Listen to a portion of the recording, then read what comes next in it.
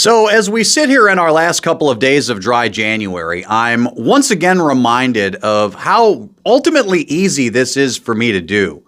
By the way, this isn't a flex. I'm not like trying to brag or anything.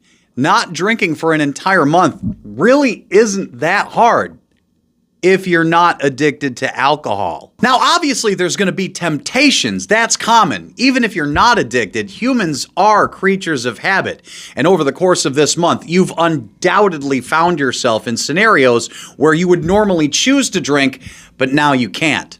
I mean, come on, man. I went to a Packer game and back-to-back rock concerts this month. You don't think there was at least a couple of moments where I was like, man, it sure would be nice to have a beer about now?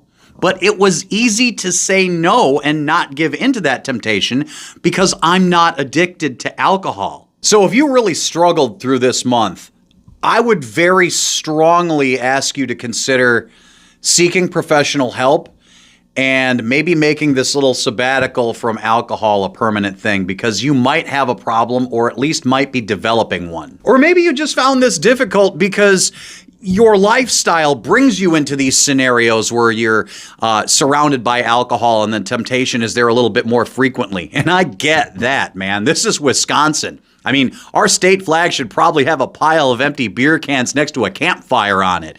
But that doesn't mean you can't do a little bit of tweaking in your activities outside of work and maybe make some adjustments there, because not everything needs to be about alcohol. And before anybody says, oh, well, Bags, you're not a doctor, what do you know? Well, no, I'm not a doctor, but my wife is a social worker with a specialty in mental health and a particular expertise in addiction. I checked with her before making this to make sure that she agrees with everything that I've just said, and she does.